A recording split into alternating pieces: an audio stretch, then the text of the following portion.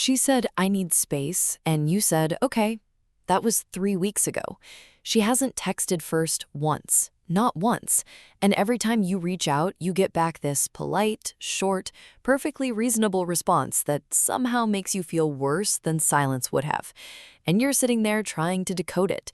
Was she serious? Is this temporary? Is there someone else? Is she just overwhelmed? And the worst part, the part nobody tells you, is that every one of those possibilities requires a completely different response from you, and you have no idea which one is actually true. So you do nothing because doing nothing feels safer than doing the wrong thing. But here's what I need to tell you right now. Doing nothing is a choice, and for most men in this situation, it's the wrong one. Not because you should chase her down, but because I need space isn't one message. It's 4 completely different messages that sound identical. And the one she sent you, you need to know which one it actually was. Stay with me, because by the end of this, you'll be able to tell them apart. And what you do with that information is going to matter more than anything else you do this month. Let's start with the one nobody wants to hear first. Sometimes I need space means her emotional attention has already moved not necessarily to another person, but away from you. Psychologists call this emotional reorientation. She doesn't call it anything.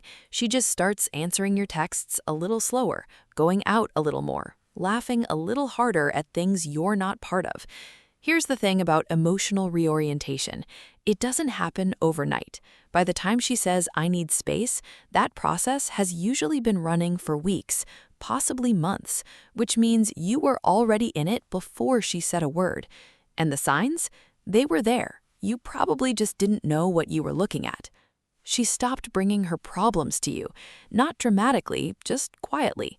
The small things she used to vent about. Work stuff, family stuff, that one annoying coworker, she stopped mentioning them because she stopped wanting your reaction. And when someone stops wanting your reaction, it means they've either found someone else whose reaction they want, or they've decided they'd rather process alone. Either way, you just got moved out of the inner circle. The second sign is the one that hits hardest when you finally see it. She stopped future referencing you. Couples who are emotionally bonded talk about the future constantly. Not big stuff, not let's get married. Small stuff. We should try that restaurant when it opens. I'll show you that movie. You'll love it. When we go to place, we have to do this thing. Those little forward references are how people who are connected to each other stitch the relationship into the future.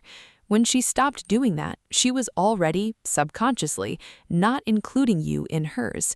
But wait, here's where it gets more complicated, because that's not the only reason she might be asking for space. And this is the part I promised you, so pay attention. The second reason has nothing to do with you at all. Some women ask for space because they're overwhelmed, not by the relationship, but by everything around it. Work pressure, family issues, mental load that nobody sees from the outside. And when they're overwhelmed, they don't always know how to say, I'm drowning and I can't be emotionally available right now.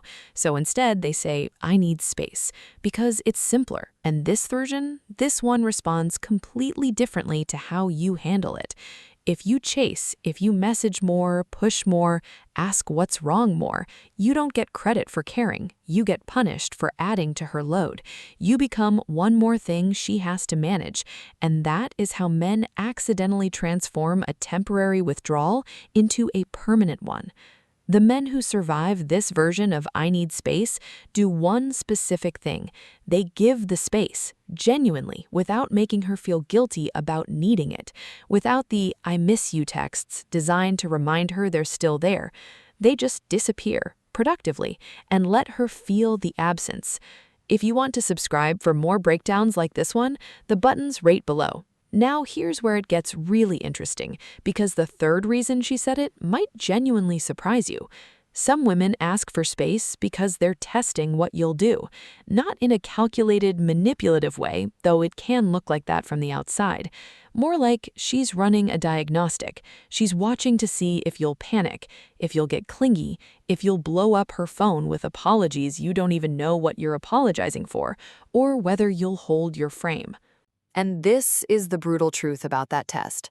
Most men fail it immediately, not because they don't care about her, because they care so much that they can't tolerate the uncertainty. So they act, they reach out, they try to fix it. And the moment they do, they've demonstrated exactly the thing she was worried about, that their internal stability is dependent on her approval. That is the single most unattractive thing a man can demonstrate to a woman who's uncertain about him. Not cruelty, not indifference, dependency. Emotional dependency dressed up as love. The men who pass this test almost always describe doing the same thing. They got busy. Not as a strategy, actually busy. They went back to their own lives so thoroughly that when she eventually reached out, they responded warmly, but from a position of fullness, not desperation. And she felt it. She felt the difference between a man who needed her back and a man who wanted her back. Those are two completely different energies, and women can feel the difference before you even finish your first sentence. But there is a fourth reason, and this is the one that changes everything if you can recognize it. She asked for space because she needs to see who you are when you're not performing for her. Think about that for a second. A lot of the time in relationships, especially earlier on, men are in a subtle performance mode. Not fake, just on. They're attentive, they're planning things, they're present in the way that requires effort. And somewhere in there, she starts to wonder, is this who he actually is, or is this who he's being for me? I need space can be her way of removing herself from the equation so she can see what's left. And what does she find when she steps back and watches? Does she find a man who crumbles without her attention, who fills the void by constantly reaching out? Or does she find a man with a life, his own friendships, his own direction, his own sense of what he's building? Here's the thing, that answer doesn't change based on what you tell her. It changes based on what you actually do in the weeks after she asks for space. This is where most of the content on this topic fails you. They tell you to give her space, but they don't tell you what to do with yourself while you're doing it. You need to become someone you'd want to come back to. Not for her, for you. But the effect is the same. Get back into the gym or start going for the first time. Call the friend you've been meaning to call for 3 months. Start the thing you said you'd start. Fill your calendar with things that matter to you so that when she eventually does reach back out, and in 3 of the 4 cases I just described, she will, you're responding from a life, not from a waiting room. Because here's what almost nobody is willing to say out loud. The version of you that's been sitting by the phone, refreshing her profile, rehearsing conversations, trying to decode every story she posts, that version of you would not impress her if she could see it, especially if she could see it. The version of you that went silent and came back with something to talk about, that version of you is the reason she started wondering about you in the first place. Now, let's bring this back to the beginning, because there's one more thing I need to say. There's a 5th scenario, the one I haven't named yet, and it's the one you're probably most afraid of. Sometimes, "I need space" is the kind word someone says when what they actually mean is they're done. Not a test, not an overwhelmed withdrawal, not a diagnostic, just done. And they don't have the language or the courage to say it directly, so they use softer words that still open a door they've already decided to walk through. How do you tell that one from the others? Weeks. You give it weeks, actual weeks, not days, of real distance, real life, no contact that's designed to remind you exist. If at the end of that, there's nothing from her, no curiosity, no checking in that's accident that's clearly not an accident, then you have your answer. And it's not the answer you wanted, but it's an answer. And an answer, even a painful one, is worth more than a month of trying to read silence. Because here's the thing about closure that nobody talks about. Sometimes you don't get it from her. Sometimes you get it from yourself, from deciding you've waited long enough, from choosing to believe that someone who can go weeks without wondering how you're doing wasn't the relationship you thought you were in.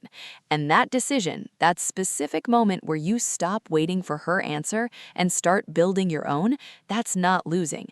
That's the beginning of the version of you that nobody's going to walk away from easily. Go be that man. And if you know someone who's sitting in this exact situation right now, send them this video. It might be exactly what they need to hear.